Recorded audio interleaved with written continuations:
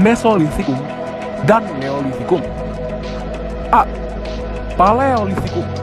Paleolitikum berasal dari kata paleo, artinya tua, dan lithos, yang artinya batu, sehingga zaman ini disebut zaman batu tua. Hasil kebudayaannya banyak ditemukan di daerah Pacitan dan Ngandong, Jawa Timur. Untuk membedakan temuan benda-benda praksara di kedua tempat tersebut, para arkeolog sepakat menyebutnya sebagai kebudayaan Pacitan dan kebudayaan Ngandong. Zaman batu tua diperkirakan berlangsung kurang lebih 600.000 tahun silam. Kehidupan manusia sangat sederhana, hidup berpindah-pindah atau nomaden. Mereka memperoleh makanan dengan cara berburu, mengumpulkan buah-buahan, umbi-umbian, serta menangkap ikan. Alat-alat yang digunakan pada zaman ini terbuat dari batu yang masih kasar dan belum diasah, seperti kapak perimbas atau alat serpih yang digunakan untuk menguliti hewan buruan, mengiris daging, atau memotong umbi-umbian. B. Mesolitikum. Mesolitikum berasal dari kata meso yang artinya tengah dan lithos yang artinya batu, sehingga zaman ini dapat disebut zaman batu tengah. Hasil kebudayaan batu tengah sudah lebih maju apabila dibandingkan hasil kebudayaan zaman Paleolitikum atau batu tua. Pada zaman ini manusia sudah ada yang hidup menetap, sehingga kebudayaan yang menjadi ciri dari zaman ini adalah kebudayaan Jokkenmodinger dan kebudayaan Abrishouseroch. Jokkenmodinger adalah istilah yang berasal dari bahasa Denmark, yaitu Jokken artinya dapur dan modding artinya sampah. Jadi, Jokkenmodinger arti sebenarnya adalah sampah dapur. Jokkenmodinger adalah timbunan kulit kerang dan siput yang menggunung dan sudah menjadi fosil.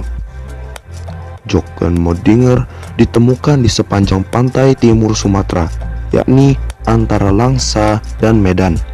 Dari timbunan itu ditemukan kapak genggam yang ternyata berbeda dengan kapak genggam Paleolitikum. Kapak genggam yang ditemukan tersebut dinamakan dengan pebble atau kapak Sumatera sesuai dengan lokasi penemuannya. Kapak Sumatera ini bentuknya sudah lebih baik dan mulai halus. Selain itu, ditemukan pula sejenis kapak pendek dan sejenis batu pipisan atau batu-batu alat penggiling. Abrishouseroch atau abris artinya tinggal, sous artinya dalam, roh artinya gua. Maksudnya adalah gua-gua yang dijadikan tempat tinggal manusia purba yang berfungsi sebagai tempat perlindungan dari cuaca dan binatang buas. Alat-alat yang ditemukan pada gua tersebut antara lain alat-alat dari batu seperti ujung panah, flakes, batu pipisan, serta alat-alat dari tulang dan tanduk rusa. Kebudayaan Abrishouseroch ini banyak ditemukan, misalnya di Besuki, Bojonegoro, juga di daerah Sulawesi Selatan. C. Neolitikum. Neolitikum berasal dari kata neo yang artinya baru dan litos yang artinya batu. Neolitikum berarti zaman batu baru. Pada zaman ini telah terjadi perubahan mendasar pada kehidupan masyarakat praksara. Mereka mulai hidup menetap dan mampu menghasilkan bahan makanan sendiri melalui kegiatan bercocok tanam. Hasil kebudayaan yang terkenal dari zaman ini adalah kapak persegi dan kapak lonjong. Kapak persegi berbentuknya persegi panjang dan ada juga yang berbentuk trapesium. Kapak persegi ada yang berukuran besar, ada pula yang kecil. Kapak berukuran besar disebut dengan beliung dan fungsinya sebagai cangkul. Adapun yang ukuran kecil disebut dengan tarah atau tatah dan fungsinya sebagai alat pahat. Kapak lonjong bentuknya lonjong. Pada ujung yang lancip ditempatkan tangkai dan pada bagian ujung yang lain diasah sehingga tajam. Kapak lonjong ada yang berukuran besar dan ada juga yang kecil. Kapak lonjong berukuran besar disebut dengan Walzenbeil dan yang kecil disebut Kleinbeil. Fungsi kapak lonjong sama dengan kapak persegi. Selain kapak persegi dan kapak lonjong, pada zaman Neolitikum juga terdapat barang-barang yang lain seperti perhiasan, gerabah, dan pakaian. Perhiasan yang banyak ditemukan umumnya terbuat dari batu dan kulit kerang. Berikut ini adalah gambar perhiasan yang terbuat dari batu. D. Tradisi megalitik. Megalitik berasal dari kata mega yang artinya besar dan lithos yang artinya batu. Megalitik berarti batu besar. Jadi, yang dimaksud dengan tradisi megalitik adalah pendirian bangunan dari batu yang berukuran besar. Tradisi ini muncul pada zaman batu dan erat kaitannya dengan kepercayaan yang berkembang pada saat itu, yaitu pemujaan terhadap roh nenek moyang. Jenis-jenis bangunan megalitik antara lain sebagai berikut. 1. Menhir. Menhir adalah bangunan berupa batu tegak atau tugu yang berfungsi sebagai tempat pemujaan roh nenek moyang atau tanda peringatan untuk orang yang telah meninggal.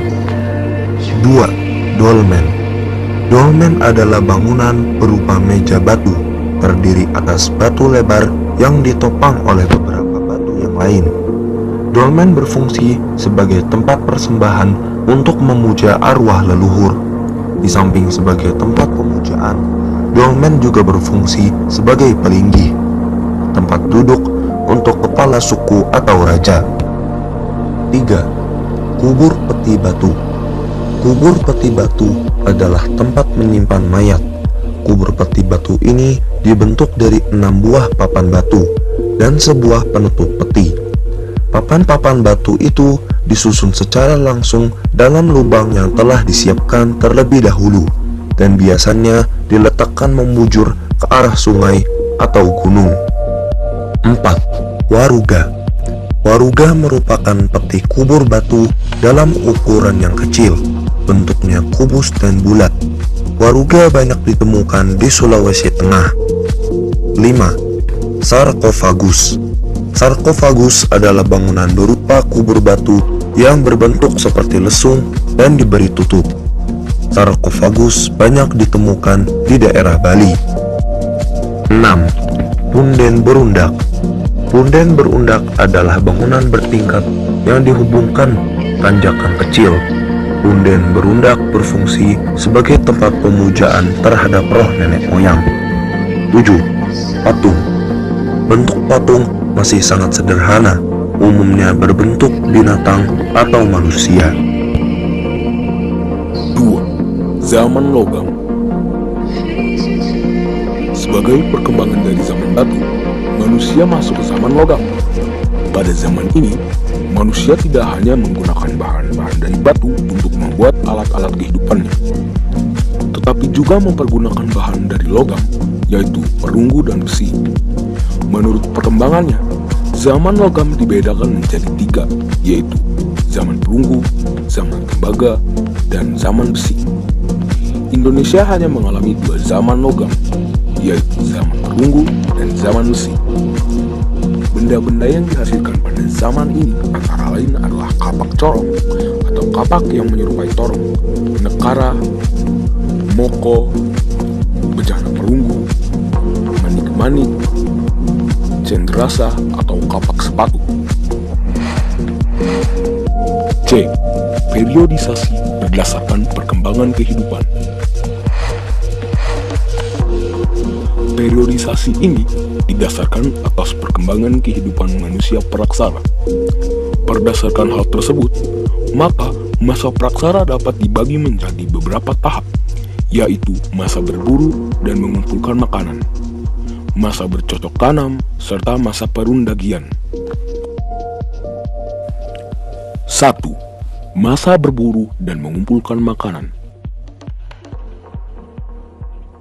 Masa berburu makanan dibagi menjadi 2 tingkat, yaitu masa berburu dan mengumpulkan makanan tingkat sederhana, dan masa berburu dan mengumpulkan makanan tingkat lanjut.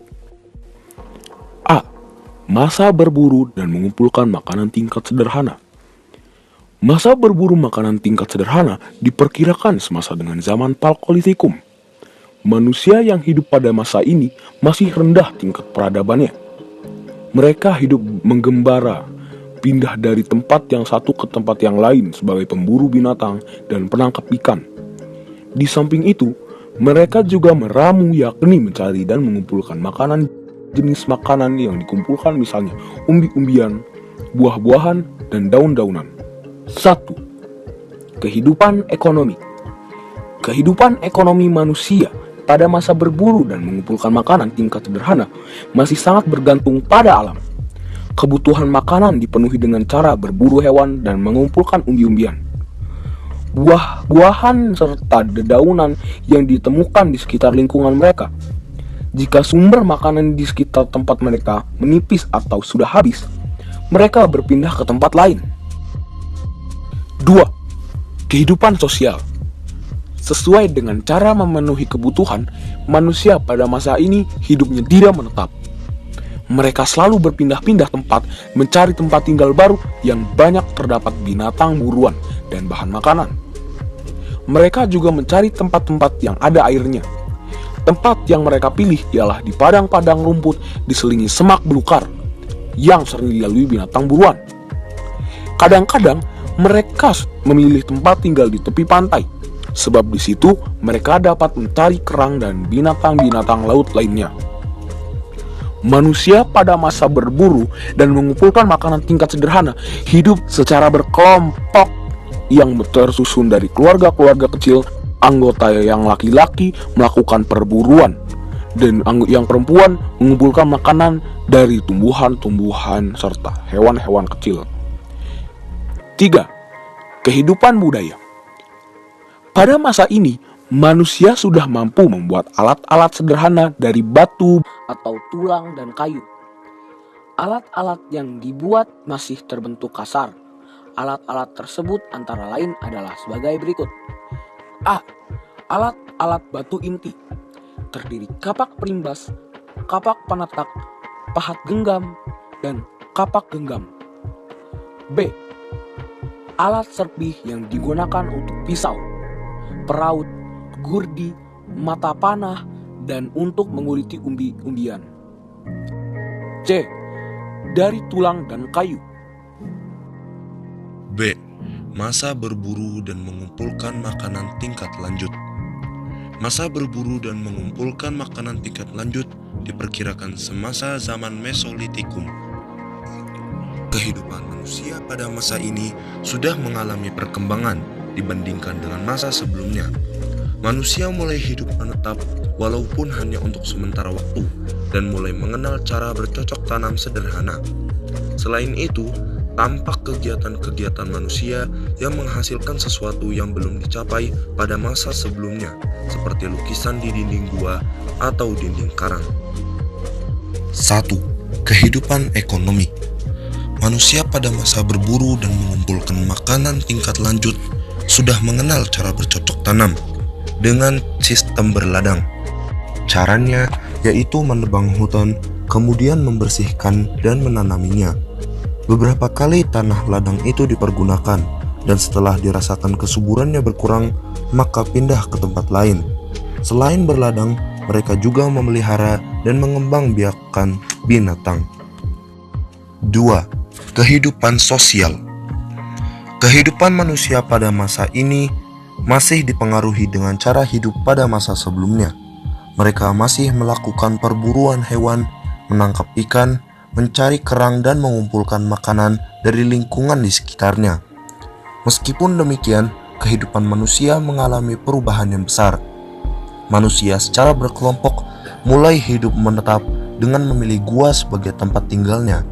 Biasanya, gua yang dipilih adalah gua yang letaknya cukup tinggi, yaitu di lereng bukit dan dekat dengan mata air. 3. Kehidupan budaya.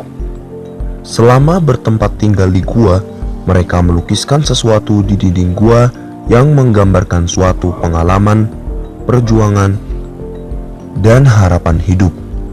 Lukisan-lukisan ini dibuat dengan cara menggores pada dinding atau dengan memberi warna merah, hitam, dan putih.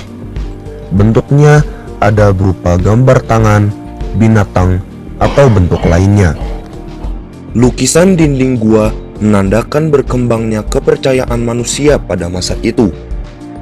Misalnya, lukisan cap tangan dengan latar belakang warna merah mengandung arti kekuatan pelindung untuk mencegah roh jahat. Dan cap-cap tangan yang jari-jarinya tidak lengkap dianggap sebagai tanda berkabung. Pada masa ini, kemampuan manusia membuat alat-alat atau perkakas mengalami kemajuan. Alat-alat batu yang dibuat bentuknya lebih halus daripada masa sebelumnya. Alat-alat tersebut antara lain adalah sebagai berikut. Kapak Sumatera, yaitu batu kerakal yang dibelah tengah sehingga satu sisinya cembung halus dan sisi lainnya kasar. Alat tulang sampung, yaitu alat yang terbuat dari tulang dan tanduk digunakan sebagai penggali ubi-ubian. 2. Masa bercocok tanam. Setelah tahap hidup berburu dan mengumpulkan makanan dilampaui, manusia memasuki suatu masa kehidupan yang disebut masa bercocok tanam. Masa bercocok tanam diperkirakan semasa dengan zaman Neolitikum. Pada masa ini, peradaban manusia sudah mencapai tingkatan yang cukup tinggi. Manusia sudah memiliki kemampuan mengolah alam untuk memenuhi kebutuhan hidup dengan bercocok tanam dan mengembangbiakan binatang ternak. Manusia sudah hidup menetap dan tidak lagi berpindah-pindah seperti halnya pada masa berburu dan mengumpulkan makanan. Mereka hidup menetap karena persediaan makanan sudah tercukupi. A. Kehidupan ekonomi. Pada bercocok tanam, manusia tidak lagi sepenuhnya bergantung pada alam. Manusia sudah mampu mengolah alam untuk memenuhi kebutuhan hidup. Kebutuhan makanan dipenuhi dengan cara membabat hutan dan semak belukar untuk ditanami berbagai jenis tanaman, sehingga terciptalah ladang-ladang yang memberikan hasil pertanian. Selain bercocok tanam, mereka juga mengembangbiakan binatang ternak seperti ayam, kerbau, dan hewan ternak lainnya. Meskipun sudah bercocok tanam dan memelihara hewan ternak, kegiatan berburu dan mengumpulkan hasil hutan masih tetap dilakukan. Manusia pada masa bercocok tanam diperkirakan sudah melakukan kegiatan perdagangan yang bersifat barter. Barang yang dipertukarkan pada waktu itu ialah hasil-hasil cocok tanam, hasil kerajinan tangan seperti gerabah dan beliung, atau hasil laut berupa ikan yang dikeringkan. Ikan laut yang dihasilkan oleh penduduk pantai sangat diperlukan oleh mereka yang bertempat tinggal di pedalaman. B. Kehidupan sosial. Hidup menetap pada masa bercocok tanam memberi kesempatan bagi manusia untuk menata kehidupan secara teratur. Mereka hidup menetap di suatu tempat secara berkelompok dan membentuk masyarakat perkampungan. Perkampungan pada masa bercocok tanam terdiri atas tempat tinggal sederhana yang didiami oleh beberapa keluarga dan dipimpin oleh kepala kampung. Biasanya kedudukan sebagai kepala kampung dijabat oleh orang yang paling tua dan berwibawa. Kepala kampung merupakan tokoh yang disegani, dihormati, dan ditaati oleh penduduk kampung yang dipimpinnya. Kegiatan-kegiatan dalam kehidupan perkampungan yang bertujuan untuk mencukupi kebutuhan bersama mulai diatur dan dibagi antar anggota masyarakat. Kegiatan yang banyak menghabiskan tenaga seperti membabat hutan, menyiapkan ladang untuk ditanami, membangun rumah atau membuat perahu dilakukan oleh laki-laki. Adapun perempuan melakukan kegiatan menabur benih di ladang yang sudah disiapkan, merawat rumah dan kegiatan lain yang tidak memerlukan tenaga besar. C. Kehidupan budaya. Pada masa bercocok tanam, manusia semakin mahir membuat berbagai alat-alat atau perkakas. Alat-alat yang dihasilkan sudah dibuat halus dengan fungsinya beraneka ragam. Ada yang berfungsi untuk kegiatan sehari-hari, ada yang berfungsi sebagai perhiasan, ada pula yang berfungsi sebagai alat upacara keagamaan. Alat-alat tersebut antara lain sebagai berikut. Kapak persegi digunakan mengerjakan kayu, menggarap tanah dan alat upacara keagamaan. Kapak lonjok digunakan sebagai cangkul atau penggarap tanah dan sebagai kapak biasa. Gerabah, alat pemukul kulit kayu, digunakan untuk memukul-mukul kulit kayu hingga halus. Perhiasan berupa gelang dari batu dan kulit kerang. Pada masa bercocok tanam, berkembang kepercayaan bahwa roh seseorang tidak lenyap pada saat meninggal dunia. Roh dianggap mempunyai kehidupan di alamnya sendiri. Oleh karena itu, diadakan upacara pada waktu penguburan. Orang yang meninggal dibekali bermacam-macam barang keperluan sehari-hari, seperti perhiasan dan periuk yang dikubur bersama-sama. Hal ini dimaksudkan agar perjalanan orang yang meninggal menuju alam arwah dan kehidupan selanjutnya terjamin sebaik-baiknya. Pada masa ini, mulai berkembang pula tradisi pendirian bangunan-bangunan megalitik atau bangunan besar dari batu.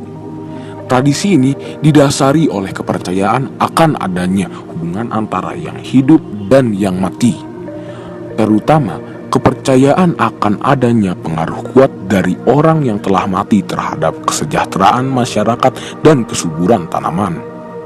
Jasa seorang kerabat yang telah meninggal dunia diabadikan dengan mendirikan bangunan batu besar. Bangunan ini kemudian menjadi media penghormatan, tempat singgah, dan menjadi lambang bagi orang yang meninggal tersebut. 3. Masa perundagian. Masa perundagian merupakan akhir masa praksara di Indonesia. Kata perundagian berasal dari bahasa Bali undagi, yang artinya adalah seseorang atau sekelompok orang atau segolongan orang yang mempunyai kepandaian atau keterampilan jenis usaha tertentu. Misalnya pembuatan gerabah, pembuatan perhiasan, atau pembuatan sampan. Masa perundagian diperkirakan semasa dengan zaman perunggu. Pada masa ini, peradaban manusia sudah maju tingkatannya. Teknologi pembuatan alat-alat atau perkakas jauh lebih tinggi dibandingkan dengan masa sebelumnya. A. Kehidupan ekonomi. Masyarakat pada masa perundagian telah mampu mengatur kehidupannya. Kegiatan kehidupan yang mereka lakukan tidak lagi sekedar untuk memenuhi kebutuhan hidup, melainkan untuk meningkatkan kesejahteraan. Kegiatan pertanian di ladang dan sawah masih tetap dilakukan. Pengaturan air dilakukan agar kegiatan pertanian tidak sepenuhnya bergantung pada hujan. Hasil pertanian disimpan untuk masa kering dan mungkin juga untuk diperdagangkan ke daerah lain. Kegiatan peternakan juga turut berkembang. Hewan ternak yang dipelihara lebih beragam dari masa sebelumnya. Masyarakat telah mampu beternak kuda dan berbagai jenis unggas. Munculnya golongan masyarakat yang memiliki keterampilan tertentu menyebabkan teknologi berkembang pesat. Seiring kemajuan yang dicapai, terjadi peningkatan kegiatan perdagangan. Pada masa ini, perdagangan masih bersifat barter, namun telah menjangkau tempat-tempat yang jauh, yakni antar pulau. Barang-barang yang dipertukarkan semakin beragam, seperti alat pertanian, perlengkapan upacara, dan hasil kerajinan. Kegiatan perdagangan antar pulau pada masa perundagian dibuktikan dengan ditemukannya negara di Selayar dan Kepulauan Kei yang dihiasi gambar-gambar binatang seperti gajah, merak, dan harimau. Binatang-binatang ini tidak ada di wilayah Indonesia bagian timur. Hal ini menunjukkan bahwa negara tersebut berasal dari Indonesia bagian barat. B. Kehidupan sosial. Masyarakat pada masa perundagian hidup menetap di perkampungan yang lebih besar dan lebih teratur. Perkampungan ini terbentuk dari bersatunya beberapa kampung hingga jumlah kelompok penduduk bertambah banyak. Masyarakat tersusun dalam kelompok yang beragam. Ada kelompok petani, ada pedagang, ada pula kelompok undagi, pengrajin atau tukang. Dalam tata kehidupan yang sudah teratur, berburu binatang liar seperti harimau dan kijang masih tetap dilakukan. Perburuan ini selain untuk menambah mata pencaharian, juga dimaksudkan untuk menunjukkan tingkat keberanian dan kegagahan dalam suatu lingkungan masyarakat. C. Kehidupan budaya. Pada masa perundagian, manusia sudah mahir membuat berbagai peralatan atau perkakas. Alat-alat yang dihasilkan terbuat dari logam digunakan untuk bertani, bertukang, peralatan rumah tangga, perhiasan, dan sebagai alat perlengkapan upacara dan pemujaan. Kepercayaan yang berkembang pada masa ini melanjutkan kepercayaan pada masa sebelumnya. Masyarakat meyakini bahwa arwah nenek moyang berpengaruh terhadap perjalanan hidup manusia dan masyarakatnya. Oleh karena itu, arwah nenek moyang harus selalu dihormati dengan melaksanakan berbagai upacara. Demikian pula kepada orang yang sudah meninggal. Mereka diberi penghormatan dengan diberi bekal kubur. Terlebih lagi jika orang yang meninggal adalah orang yang terpandang atau mempunyai kedudukan dalam masyarakat, maka diadakan upacara penguburan dengan memberikan bekal kubur yang lengkap. Pada masa ini, berbagai bidang seni seperti seni lukis, seni ukir atau pahat, seni patung, dan seni bangunan atau arsitektur mengalami perkembangan. Hal yang menunjukkan perkembangan ini diantaranya adalah meningkatnya pemahatan, arca, dan pendirian bangunan batu untuk pemujaan.